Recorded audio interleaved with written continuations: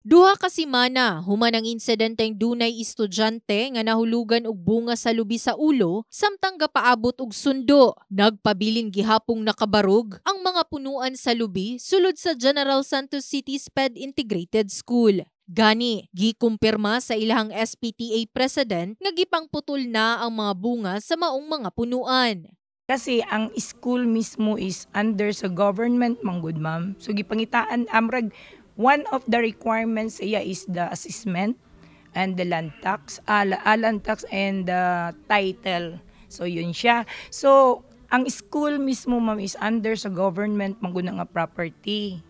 So mo to siya ang amuang kan ma'am nga mag-request gid mi og paputol dili siya inana kadali kay kinahanglan mo connect papud mi kay barangay. Pagpaklaro pa sa Philippine Coconut Authority sa Region 12 nga bisan wala pay permit gikan kanila, pwede na kining putlon basta anaa sa hazardous area sama sa tulunghaan.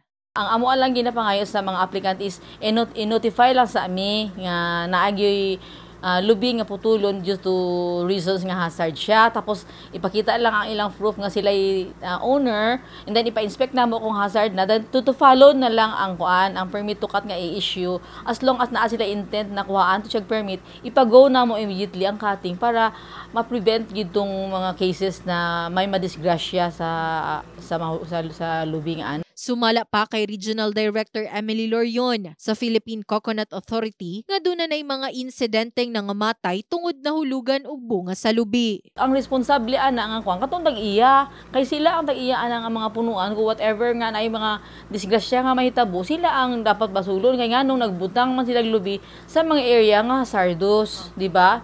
That is their responsibility. So kami diri sa opisina maghulat rami nga mo paduol sila para kuhaan to siya permit to cut. Sa pagkakaron, nagsumiti na og letter of intent sa PCA ang General Santos City SPED Integrated School aron kini ipaputol. Gani wala pay update ang gikaingong tulunghaan kung kanus-an nila kini putlon. In the heart of changing lives, kini si Liza Labajo, Brigada News.